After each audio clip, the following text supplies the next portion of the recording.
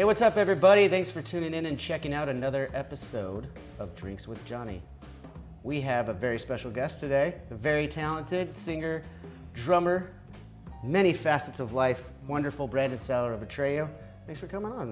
Thank you for having me, good sir. Of course. This is gonna be awesome. So this time you picked New York Sour. I did. For me to make, which was awesome. We talked about this for the upcoming week, and I got to learn how to make this drink. I'd never had it before, so you turned me on to something pretty awesome. So you know, and I appreciate it. You have me to thank for that. I do. I really do. It's a delicious drink. It was an awesome trial to go through and make these several times and drink them. It was. Yeah, it's grueling process. So let's get into it. We're gonna make this drink.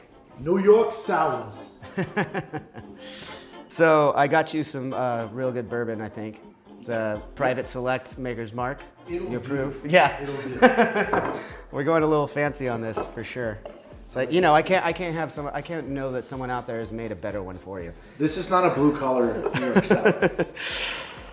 So in order to make one of these, you're gonna take 2 shots of bourbon to start off. You're gonna put in 2 shots of bourbon, and then you go down the line of all these ingredients. Look at this. We got ourselves an ounce of fresh squeezed lemon juice. Very key, that's fresh squeezed. That's gonna go right in there. Then we have simple syrup. Now, I actually just learned how to make simple syrup. So I did this is my own batch. You take equal parts water and sugar, bring it up to a boil, make sure the sugar all dissolves, call it a day, let it sit, cool it down.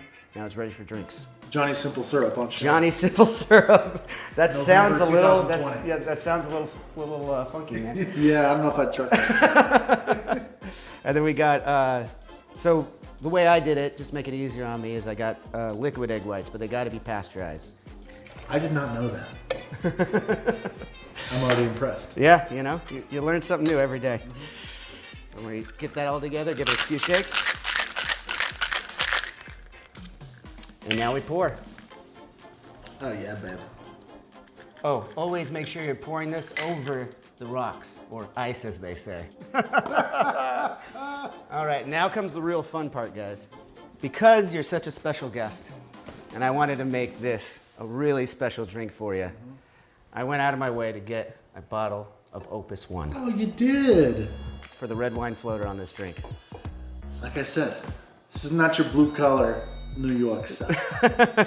And somewhere out there is just one person that is either watching or listening to this right now and is a wine connoisseur, and they just had a fucking heart attack. You know what? And to you, good sir or madam, we salute you.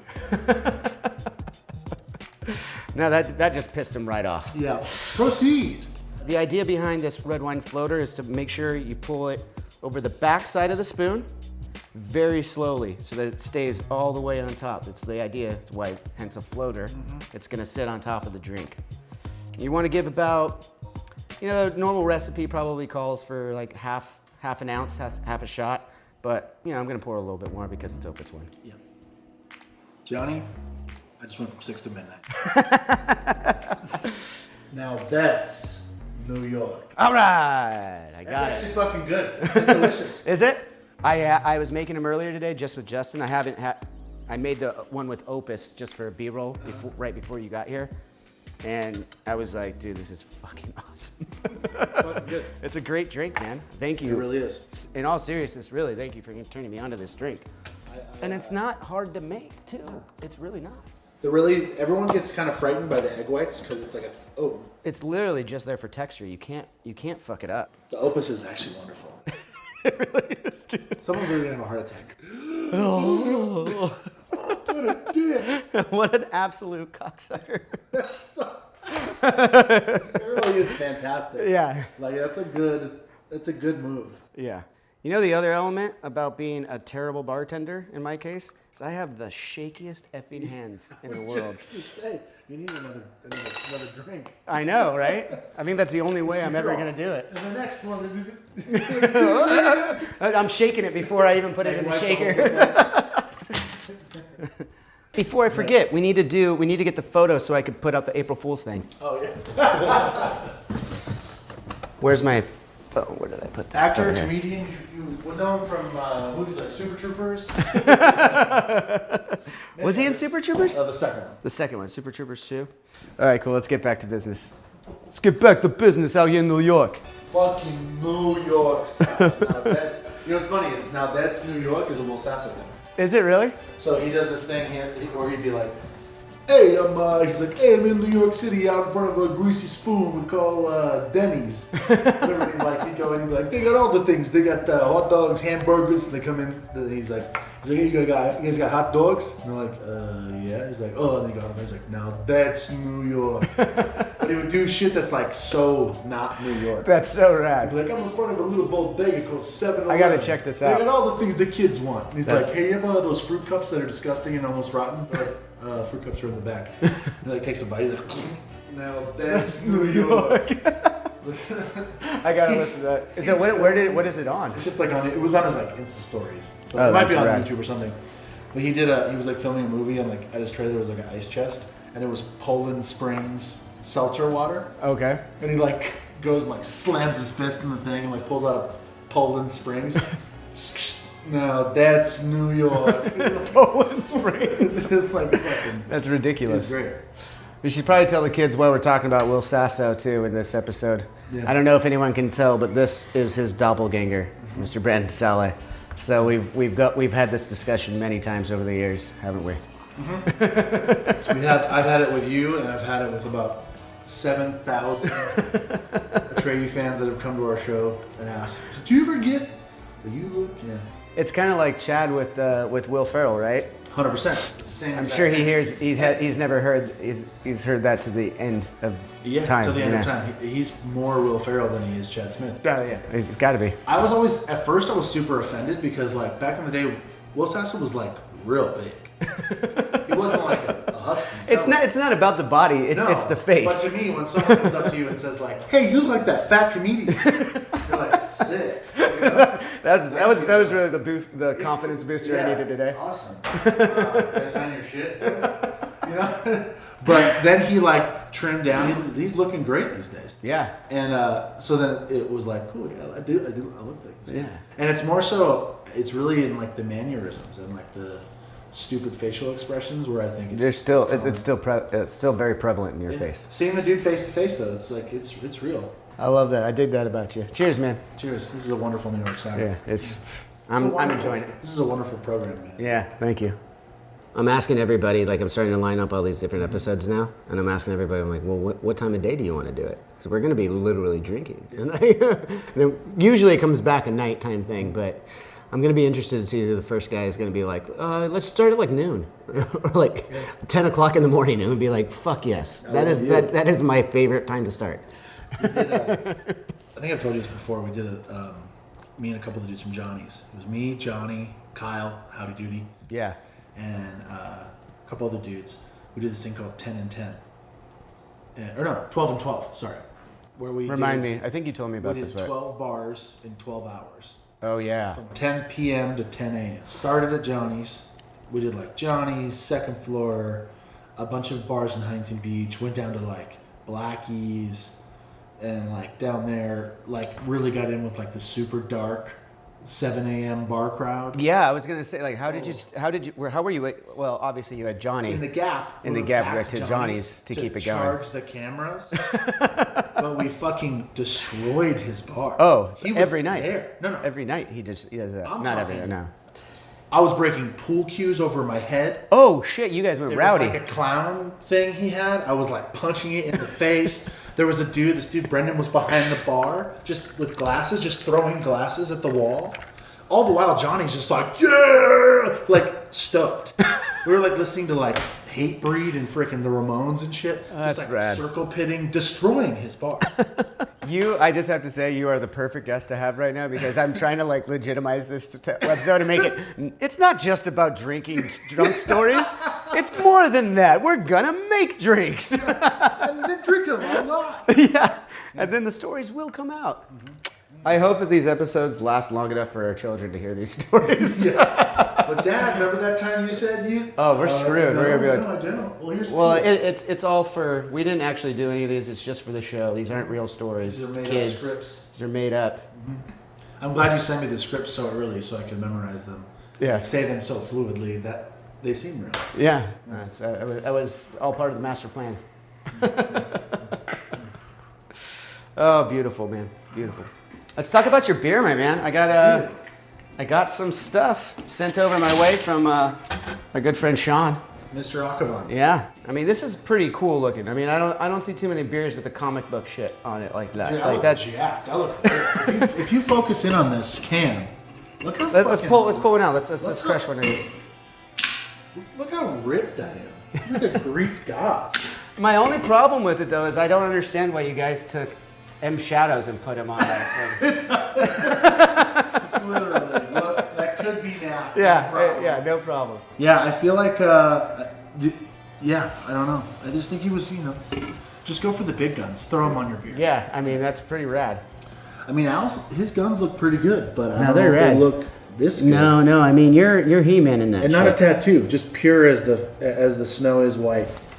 Yeah, I don't know if that's that the same. beard whipping around. Look at the wind. That's Look at the wind that's in that dope. beer. Yeah, it's crazy. But yeah, so Noble is an amazing brewery from Orange County. How did the marriage of Noble and Atreyu really happen? So we had a couple breweries in Orange County that we really liked. Noble being our top pick. Okay.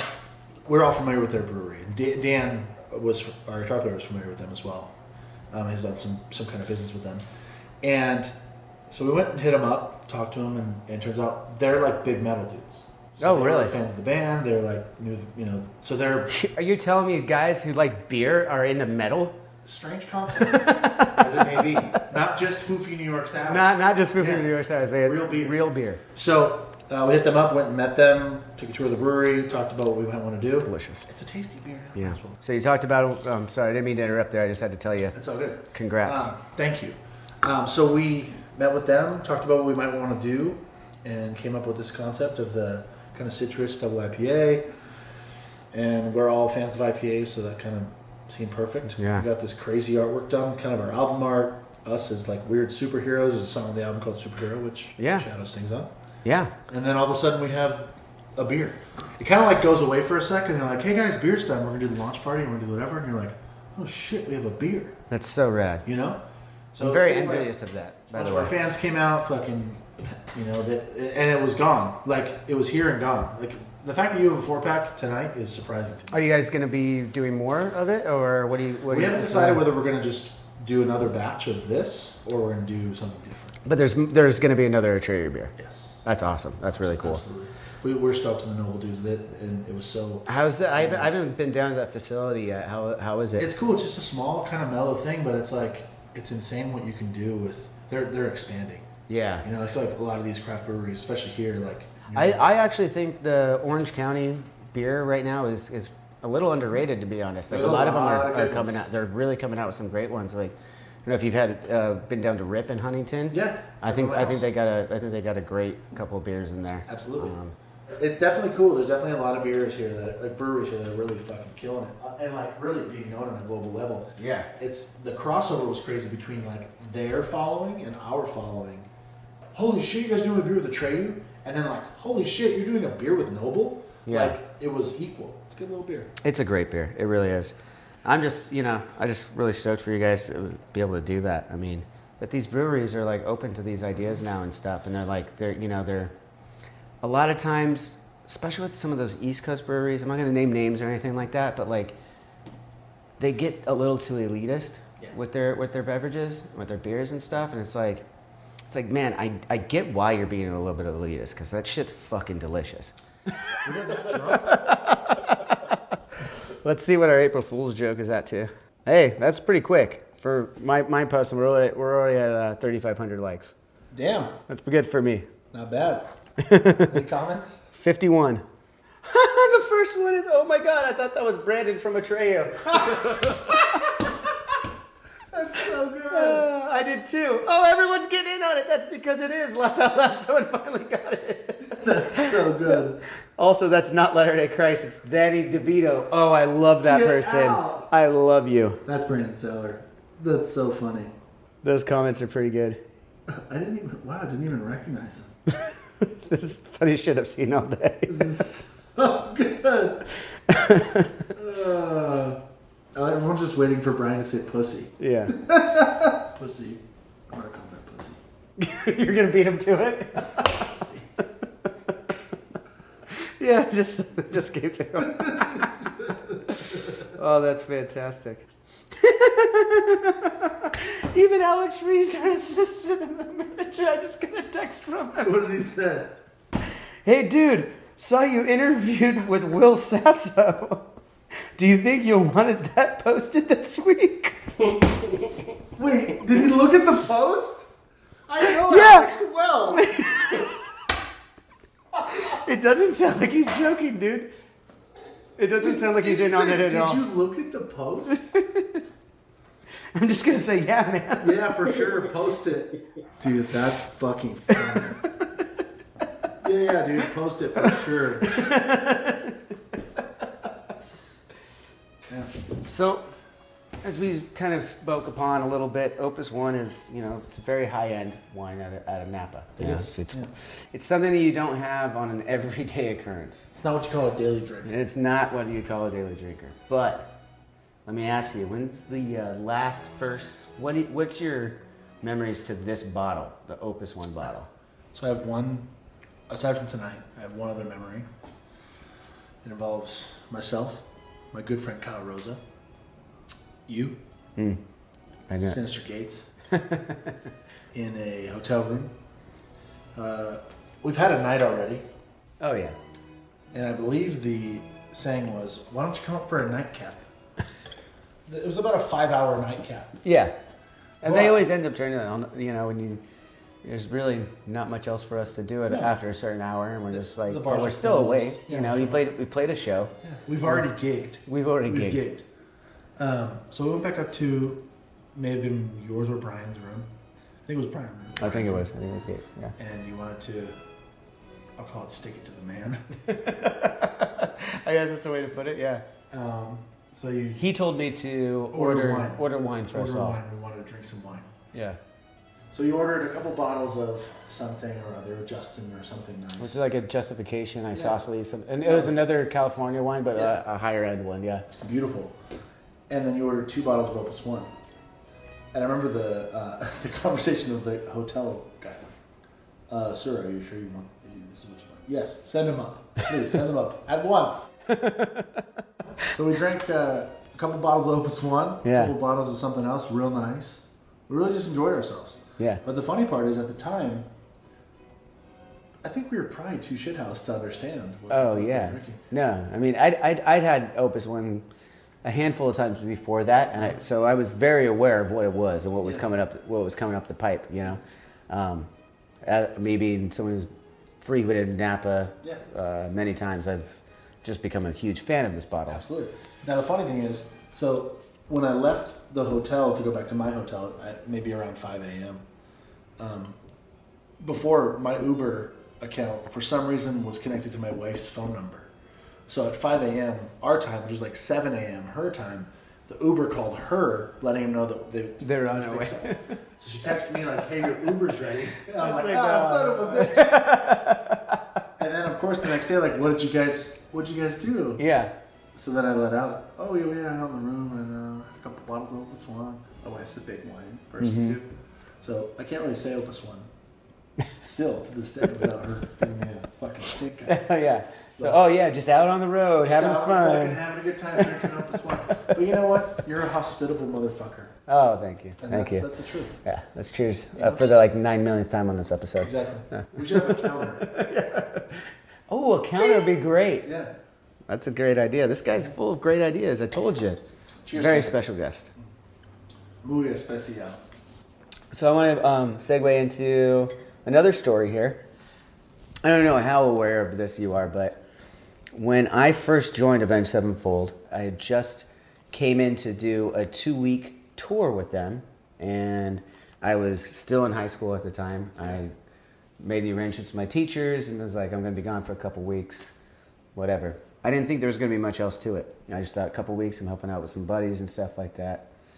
That tour ended up being the tour that at the end, right before the Showcase Theater, which was like the highlight of the tour, I joined the band. And that is also the time that I met you as you were the co-headliner in Atreyu to said tour. Yep.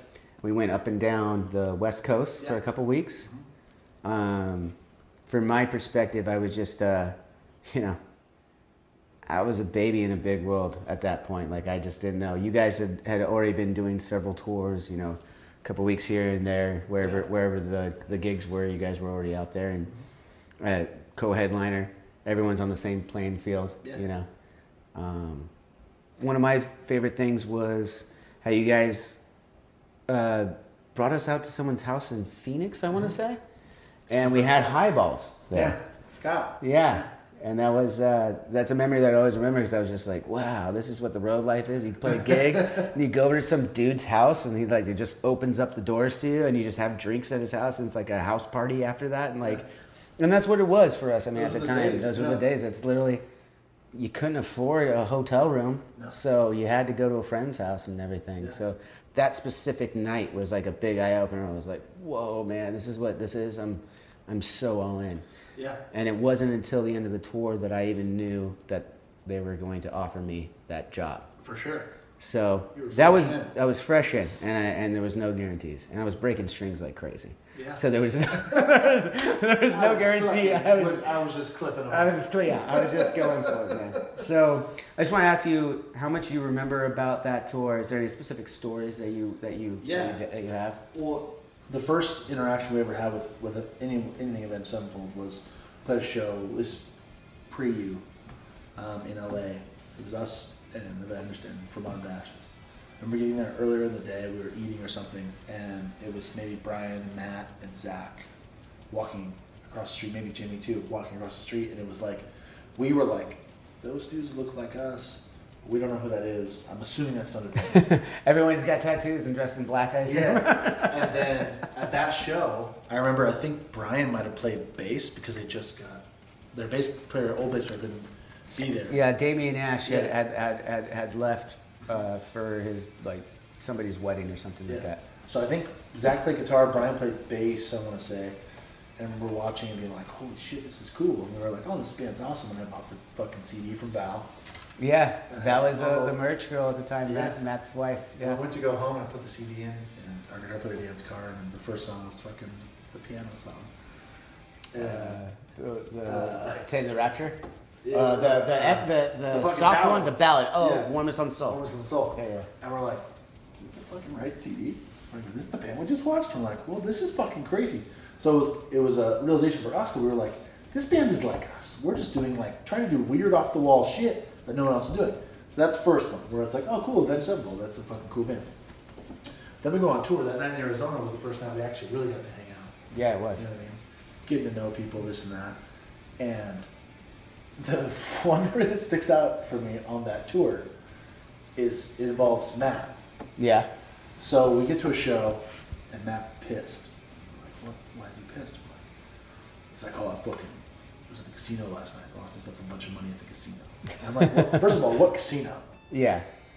So in that span of 2 weeks, he had gone to a casino and lost a bunch of money, and then borrowed money from the merch the fucking cash box, and got up again and got down again, and the next day oh, I'm fucking down. I'm going back tonight. I'm gonna win my money back. And it was this 4-day span of him just gambling every night.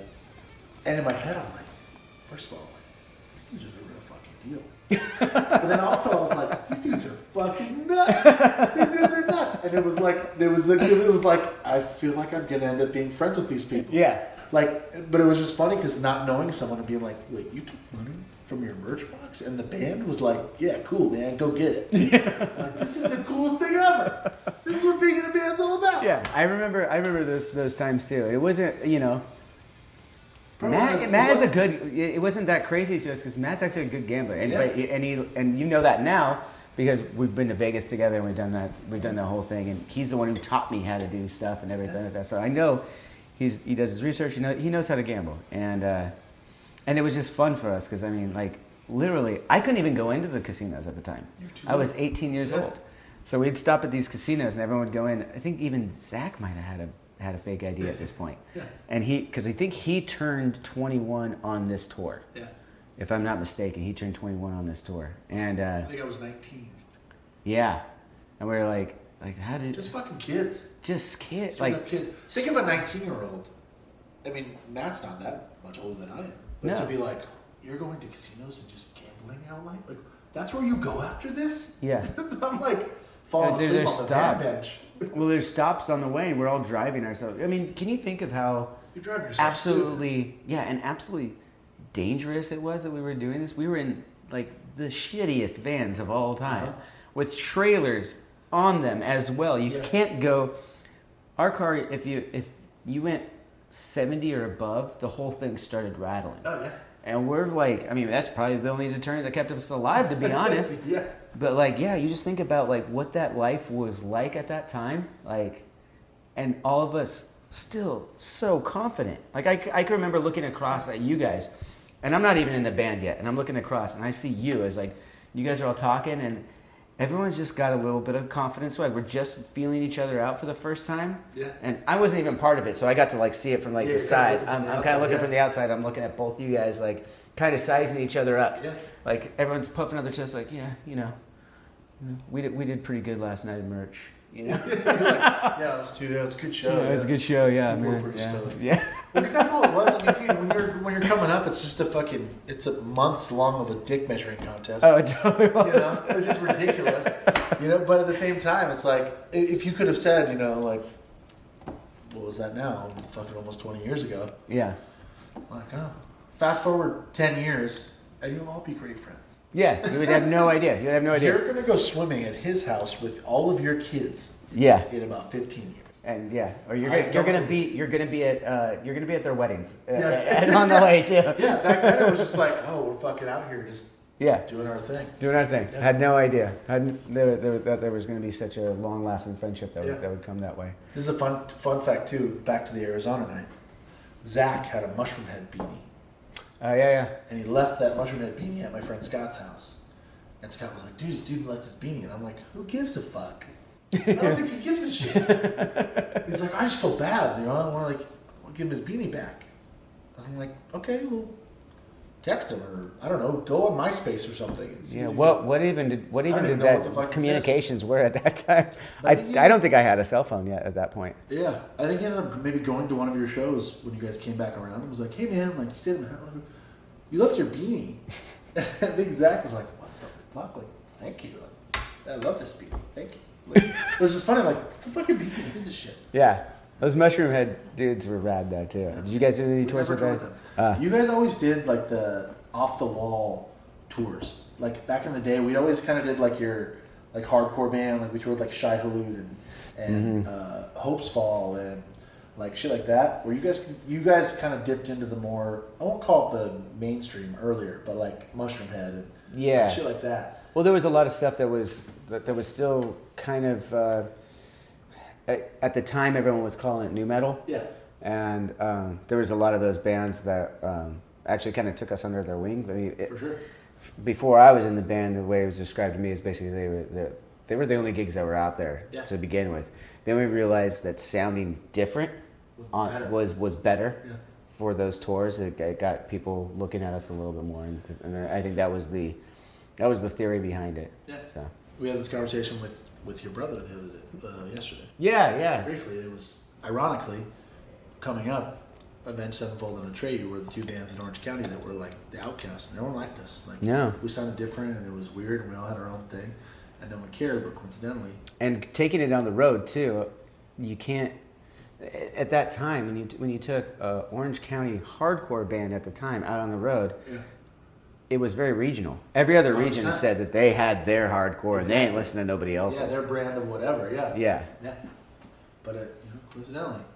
We're bringing it. We'll cheers again. Yeah. Now we're drinking Opus One together. Now we're drinking Opus One 20 years later, and things have worked out. They have. So thank you, everybody. Thank you guys for tuning in. I hope you're enjoying this so far. So another thing I wanted to ask you about. So I know a little bit about it, but I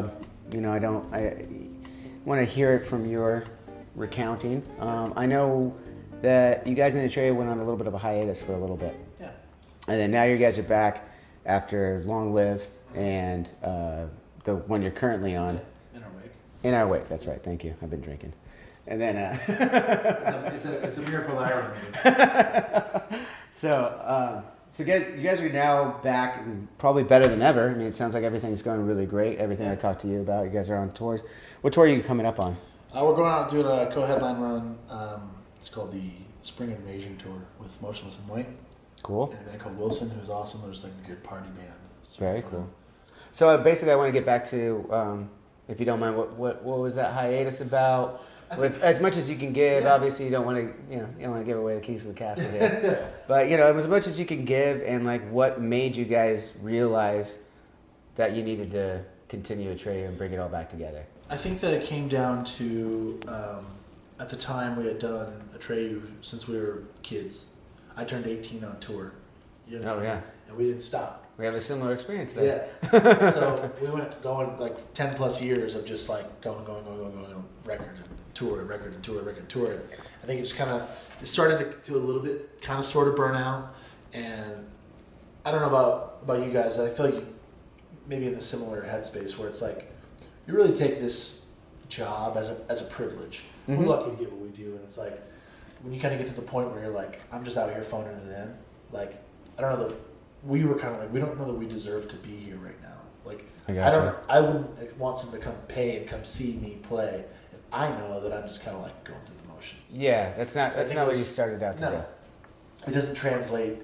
You can sniff that shit from a mile away. Yeah, and you don't want to put out a product like that. So it was like, I think we should go away for a minute. Gotcha. So we went away for a while. I started another band, Highwater.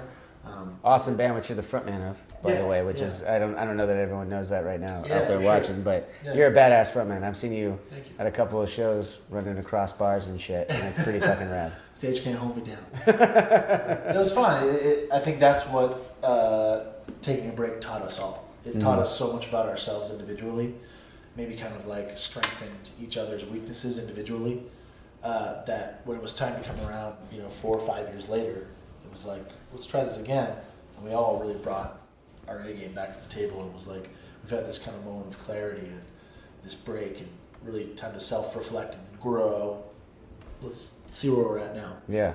So we came back, a handful of years ago, did a record called Long Live. It was like like a tangible version of what it sounds like when 5 dudes have pent up aggression and put it on tape. It's a very heavy record. Yeah, it's heavy, it's fucking fast. There was our label was like, singles? We're like, fuck, go fuck yourself. They wanted to become the Bull again. Yeah, and rightfully so though. We're like, you're not getting a second of it. And they're like, cool, we love it. That's why our label's great. That's great. That's great. You have that relationship with them too. Yeah, so we put out the record. We did literally bare minimum. Kind of dipping our toes back in the water. It felt really good. Our fans really treated us great. A lot of new people were seeing us for the first time. So it was like, let's make another record. We in between, I had done a Hell or High Water record. We did a full cycle on that. So there was almost another break. Mm-hmm. And it came time. I was like, let's make a record. Let's do something cool. It's really like, let's try this time. Let's go both feet into the fucking deep end. And so we went back in with John Feldman, who did Blood Cells Paper Anchor, which was a huge record for us. And just kind of like fucking went for it. Yeah, I remember it was last summer you sent me this record, and I listened to it pretty often when I was on my walks. I do a walk along the beach pretty much every day, and I was listening to that a lot. And I'll be damned, those are some fucking anthems, bro. You guys came up with some anthems on that record for sure. And it's not like it's just like there was one. It was like when I was listening, I was like, damn, like every song has an anthem part, but like in an awesome way. Yeah. I was like, this is fucking catchy, hooky. At the same time, the heavy breakdowns. I literally was thinking while I was listening to this record, I was like, this reminds me of what Atreyu was when I first joined Avenged. Like when I would hear you guys, and every night after there was the song. I should have done my homework to find the actual name of it, but it was always stuck in my head. You guys always finished with at that era. So hard to see. Probably. Yeah. Oh no, that's Ain't Love Grand. Yeah, Ain't Love Grand. Oh, look at you with the lyrics. Yeah. That's so that's still in there. You know what? I'll tell you a funny story about the lyrics in a second. But yeah, so it sounded like you got this anthem going, and you still got the heavy breakdowns, everything. And I was just so happy to hear that again, because I was like listening and I was like, don't get me wrong, I love all your guys' shit. But like when I heard that, I was like, this is what I remember Atreyu was like, but with a new sound and and you could clearly hear that everyone was like working together again. Yeah. Well, it's funny because there's a pressure when you go away for a while and you come back. There's that immense pressure that's like, you have to make this fucking record. No one's heard shit from you in a while. And this better be fucking good.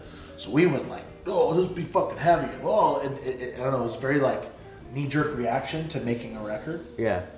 And I think a big part of that too was at the time our guitar player was dealing with his sobriety. He was getting sober.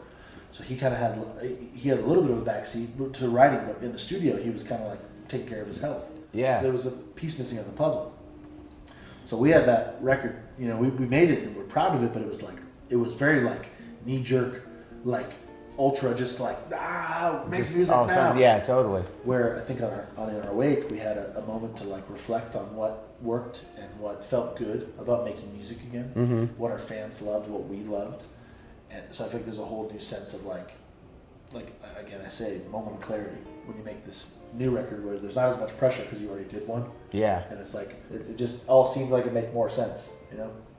Yeah, you can hear it. I mean, like as someone, an outsider listening and stuff, you can hear it. And I actually think it was a brilliant progression to come back to. You had to come back. You got to be real. You got to come back with what's in your heart, and you got to keep working. I mean, that's something that I don't know that a lot of songwriters talk about it as much, but like for me, and I think it sounds like it is for you. It has a lot to do with writing in the moment, and making friends with that moment first, and then moving forward, and not trying to force something. I feel like every record Atreyu's ever made is very much a picture of where we're at that time. Mm-hmm.